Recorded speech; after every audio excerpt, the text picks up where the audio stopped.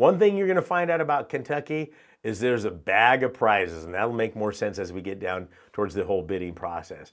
Kentucky, again, this is one of those states that makes it a little quirky, which means there's big money there. Okay, I'm going to get through those quirks and show you how to find the gold in the bottom of it. Stick around to the very end, and you'll see how the last person wins in Kentucky, for sure.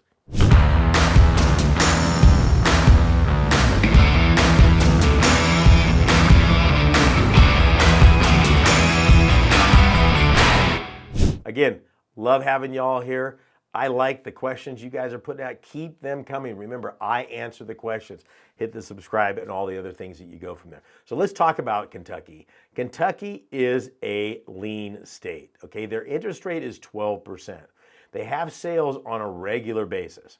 Now, this is where it gets really interesting. Tax liens in Kentucky are sold in what they call lots, or a bag. That's what I was saying, you get a bag. So you can't just say, I want to buy that lien. You have to buy everything that goes in that bag, so to speak, whether you wanted it or not. So that means there might be a couple liens in there you don't want. But here's the great thing. If you know there's a lien that you do want and you buy the lien on that particular property, you will get first right of refusal for the lien on the second year. So there's some positives on that also. Now, counties with fewer than 500 liens have to be sold in groups of 5. There's another little caveat. Counties that have more than 500 but less than 1,000 have to be sold in batches of 10. Counties with more than 1,000 liens but less than 2,500 have to be sold in batches of 25. So you can kind of see the trend here. The more liens that they have available in that county, the bigger the bags are going to be that you're going to be buying. Now, the bidding process is also very interesting. It's what we call a rotational bidding. If you want to buy tax liens in Kentucky, just like anywhere else, you're going to have to be registered for that particular sale. When you register for the sale, you have to submit a list to the county clerk on the liens that you're looking to purchase. So think of an NFL draft. There's going to be first round, second round. So you're going to get a bidder number, and they're going to go through that. And sometimes the batch you wanted is already going to be purchased, just like the player you wanted is already going to be gone. The first round, draft choice, second round. It's kind of a good way to look at it. Now, how do they determine who goes first? It's just kind of a random deal. They're going to put their hand in the bag and pull out, that's the first person, and it's going to keep going. So the sale is going to start off with the first person there. If he doesn't want something it's this bag is being up for sale right now, if he doesn't want that, it's going to go to the next person all the way around the room. And they will continue that process until either everybody's gone or everybody's gone. Every lien's gone or everybody's gone. So here's the great thing. Patience pays off. Well, I couldn't say the end, but once all the buyers are gone and you're left, now you can just purchase anything you want. So patience pays off in Kentucky for sure. So here's the thing you need to look at with Kentucky. You need to be prepared.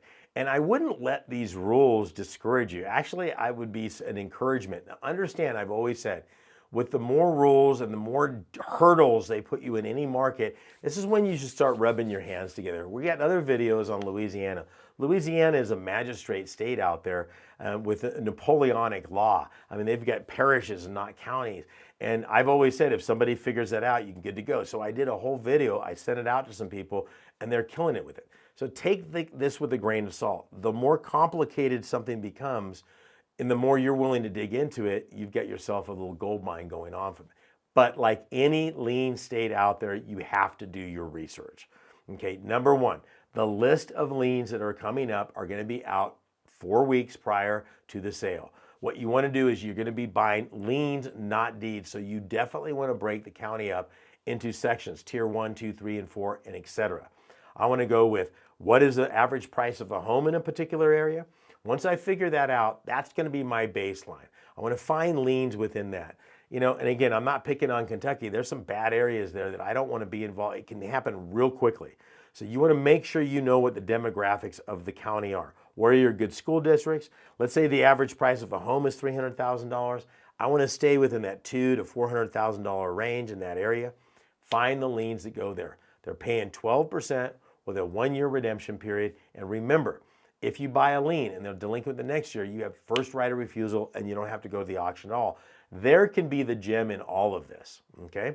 Number one. Now, once you've done the research on these particular properties and you said, okay, of the 5,000 liens, here's 100 that I want to mark those on the map and where they're going to be in that particular area. Just because I'm buying a lien doesn't mean I don't want somebody to be looking at those properties. What I want to know is there a home on that property? Okay, or is it burnt out or whatever the case is? It doesn't take that much to find somebody out there that can go by and look at the property. I had somebody in another video, what do you pay, an Uber driver? That would be the most expensive person in the world. You can do it on Fiverr or all sorts of different apps out there where you can have somebody go by and for a few bucks, they'll go by and take pictures of these properties. It shouldn't take very long to do it. So those are some things. I want to see these properties to make sure they're there. I do not buy a lien or a deed on anything I don't see. Okay, and it's not getting a picture online. Google is the same of online dating. You just never know what's going to show up. Okay, so make sure that you've got a live photo of that property. Now that I've whittled that list down to the properties that I want, now I'm going to go there to the county clerk and say, these are the liens, or the properties that I want the liens on. You're going to submit that. Now it goes into the bidding process where they do the whole rotational part on that. I love these types of sales because it always rewards the person that has the most patience. This is the perfect sale for a private retirement account. So a private retirement account, in case you haven't seen the videos on this, let me recap on this. This is when you are the trustee and you're the administrator of the retirement account. And why I say it's perfect for that, because of the patience factor. This is long-term growth. So let's say I have, I don't know, $15,000 to $20,000 in my retirement account not doing anything. This could be the perfect sale for this because I'm going to get 12% regardless of what happens economically, and everything is being purchased into the retirement account. I am the trustee, I am the administrator, so I am authorized to do this. This is where you need to be careful. When you're getting registered for the sale, make sure that your retirement account's tax ID number is the one registered and they know you are a proxy bidder for your retirement account. It's a two-step process, but you make sure you have it. Now, I want you to think about this just for a minute. All of these liens are sitting in your retirement account at 12%. Okay, that money, that $20,000 is going to double approximately every 3.5 years, I do believe. If you take the rule of 72, so divide the interest rate that you're getting into 72. Somebody divide that and put it down in the comments down below. Let me know what that is. But that money's doubling. And that's assuming you never get a property back ever. But here's the great part about this. All of these liens that you're purchasing are in your private retirement account. So guess what? You don't have to pay any taxes on it. And if you set up as a Roth, you don't have to pay taxes ever on it. So I've said this over and over again. Kentucky is a great place to invest. A better way to invest in Kentucky is doing it with your retirement account. I think that if most Americans weren't allowed to get a job or go to school until they learned how retirement accounts work, we'd all be wealthy when we retire. Maybe that's the gamut. Maybe they, whoever they are, they don't want us to know how retirements work because then nobody have a job, because most Americans could be retired by the time they're 40 years old and go from there. All right, so remember this. When setting up your private retirement account, whether you're investing in Kentucky, Louisiana, or Florida, make sure you have the language set up correctly. What are your goals? Okay, who's the trustee and administrator? It better be you. Okay, and then that means you can buy tax liens, tax deeds, or what have you. You're controlling everything in there. It's not difficult to do. If you know how to balance a checkbook, then you know how to manage a private retirement account. It's not that difficult. Here's the great thing. If you have a value in this retirement account of over $250,000 in assets, you have to file what's called a 5500 form to the IRS. Why does I say that's great? Because that means you got money. So that means you get $250,000, you got some money in there. So you have to file that form 5500. What that does is that certifies everything in that retirement account, and this is the other key thing, is that starts a clock. Okay, if you file the 5500 on a private retirement account, regardless of whether it has 250, you don't have to wait. So anytime you file a 5500 and put that in with the IRS in any calendar year, the IRS cannot go back and audit that account after 3 years. So anytime the IRS gives me a clock that I punch that allows them not to touch it, I take it. Not because I'm doing anything wrong, But we have been known in this country to change the rules in the tax code and not grandfather things.